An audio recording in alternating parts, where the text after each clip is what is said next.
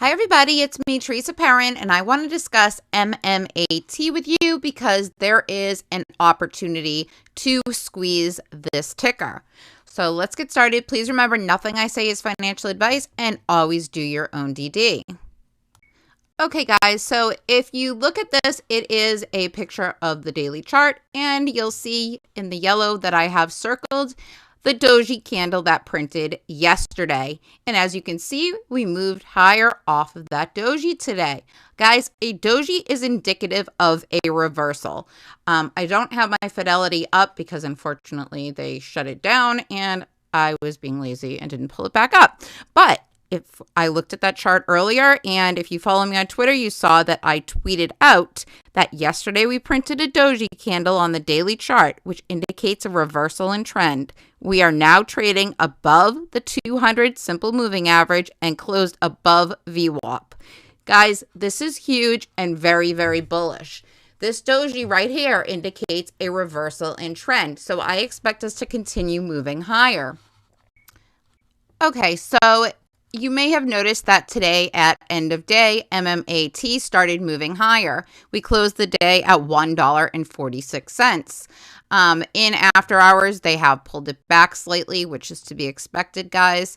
However, I do believe that we continue higher again tomorrow morning. Now, the 52-week low is 63 cents. The 52-week high is $3.13. The average volume has been 13.09 million, and we closed the day with 10.96 million in volume. Guys, this was really, really low in the beginning of the day, and it was towards the last 1 hour of trading that we got the majority of the volume that came into this play. The turnover in this ticker is very low. It's only 3.03%. So keep that in mind because there's a lot of people that have been buying MMAT and holding despite what you may be led to believe by market makers and hedge funds. All right, according to the 3 analysts that have rated this, they give it a buy signal with a low of $2 and a high of $3.50. The average would be $2.50. So guys, we are currently trading $1 below the average and $2 below the high. According to Weeble's technical analysis, they are showing short-term a strong bearish signal, which was given off a few days ago. And guys, you will always see this before the reversal. And I'm actually surprised on their doji that does not give them a bullish signal. Kind of strange if you ask me. But anyways, medium and long term, it is showing an uptrend. And guys, I do believe that doji was the indicator that uptrend is starting. Now, according to Fintel, the short interest is 14.78% with 1.59 days to cover. There are currently 150,000 shares available to short. And guys, I did take this about an hour to 2 hours ago, so they may have used them all up in the after hours or taken them. I'm not quite sure. I haven't rechecked. But if you want to look, you can look at Fintel yourself and check that. I'm sure it will change by morning anyways. Yesterday, guys, they did run out of shares to borrow, and I do expect that will happen again tomorrow. Now, here is something very important. You'll see that over the past week, we've gone from a cost to borrow of 107.76 up to a max today of 244.93%, and they're showing the latest at 197.79. So that is almost doubled in the past week. That is significant, guys. Keep your eye on it.